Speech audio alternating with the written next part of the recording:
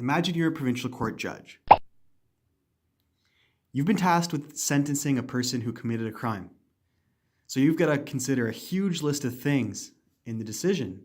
You got to try and protect society, but you have to balance that against rehabilitating the offender or punishing the offender and a whole bunch of other things. And the way you see your job is going to have a huge effect on the liberty of some of the most vulnerable people in Canada. We need to be especially alive to the effect this process has on Indigenous peoples. And so this video is going to be about Indigenous criminal sentencing in Canada. All right, so this represents 100 people selected at random from the population of Canada. Those green people represent the proportion of Aboriginal people in Canada, about 4%. But now, if we represent the federal prisons, we get more than 28%. The problem only gets worse at the regional level. Aboriginal prisoners make up 26% of Newfoundland prisons, 30% of BC prisons, 39% of Alberta prisons, 74% of Manitoba prisons, and a whopping 76% of Saskatchewan prisons. And this problem's only been getting worse. Since 2006, the proportion of Aboriginal peoples in prison has been growing steadily. It's obvious this is a gigantic crisis, and it will take a lot of social change to fix it.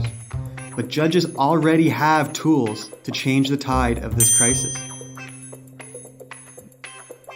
Remember that big list of things that you had to consider when you were the provincial court judge? Well, in 1996, Parliament changed that list and added that judges had to consider all available sanctions other than imprisonment for Aboriginal offenders.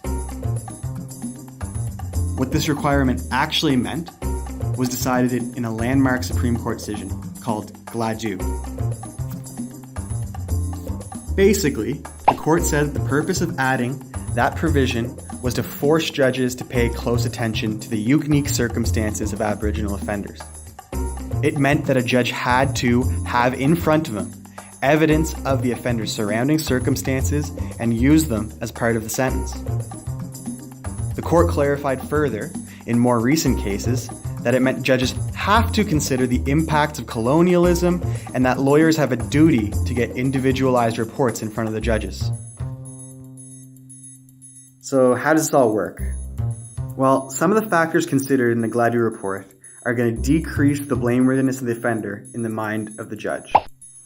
So, for example, in Gladue itself, the offender was a woman who was convicted of manslaughter for stabbing her boyfriend. So this young Aboriginal woman was part of an abusive relationship and she had childhood trauma, but the judge didn't take into consideration any of the young woman's past. He thought the law only applied to people who lived on reserve. So in setting him straight, the court's basically saying that these considerations are always going to apply to some extent, because the point of them is to address the overrepresentation crisis in prisons. Let's not forget that Parliament passed the law we've been talking about over 2 decades ago. Since that time, the proportion of Aboriginal people in Canada's prisons has almost doubled. There's still a limited reason to be optimistic, though. Judges who sentence Aboriginal people now can't ignore their Aboriginality anymore. Judges have to give reasons specific to the Aboriginal offender. Moving forward, there's going to be a lot of other ways the justice system needs to change to be consistent with reconciliation. Making Gladue reports more accessible and more prominent is only a very limited beginning.